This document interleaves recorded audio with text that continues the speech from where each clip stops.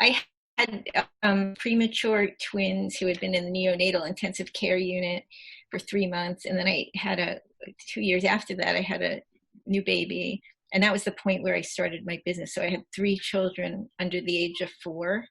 And then I had another kid, my son.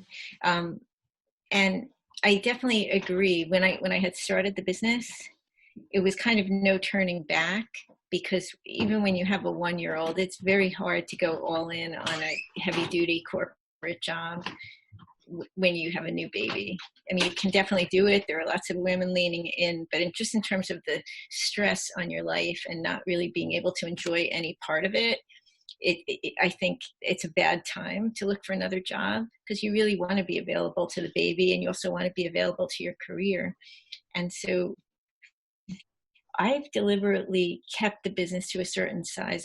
I've experimented with making it bigger, having it be some spot for it since then. And now that my son is almost old enough to sort of play independently and that sort of thing, I'm going to grow it a little bit more.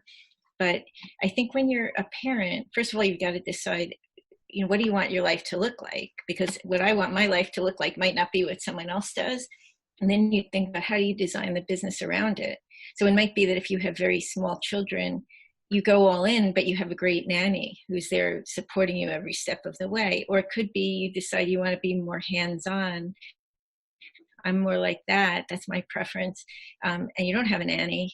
And then you grow the business more slowly with the idea that when the kids get to a certain age, you really step on the gas with it.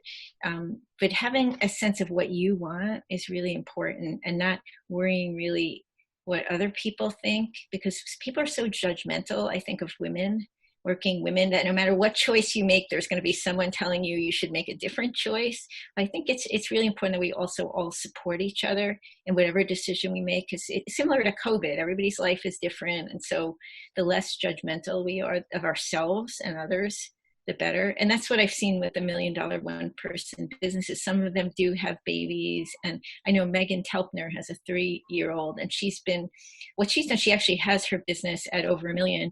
She's brought on a lot more help so that she can spend more time with her son right now. And I know she's gone back and forth in her mind about how much time does she want to put into work. And I think there's nothing wrong with that. And corporate America really discourages people from thinking that way. It's either you're all in or you have no commitment. And I think to some extent, some of the startup scene is like that too. And this book, and I think what everyone here is doing, is saying there's a middle ground where you can define your own business the way you want, find a comfortable revenue level for you at this point in your life. It's not final. It can be different at another point, but it's up to you, not somebody else, to dictate that to you. And I think a lot of times in the past, I remember when they had the feminist movement, and women would go to work trying to look like men, wearing those mannish suits. And it was, if you look at the pictures now, it's kind of ridiculous, but they had to try so hard to fit in. And now we're way past that. But I think some voices are still in our heads about we have to work exactly the way this male designed workplace wants us to work. And the more we let go of that and define our own businesses. Now Angie's creating jobs. Alicia is hiring contractors and people. They're going to look, and the more we all build our businesses to the point that we influence other people, the more I think that will change. Everybody can live the way they want and work the way that they want.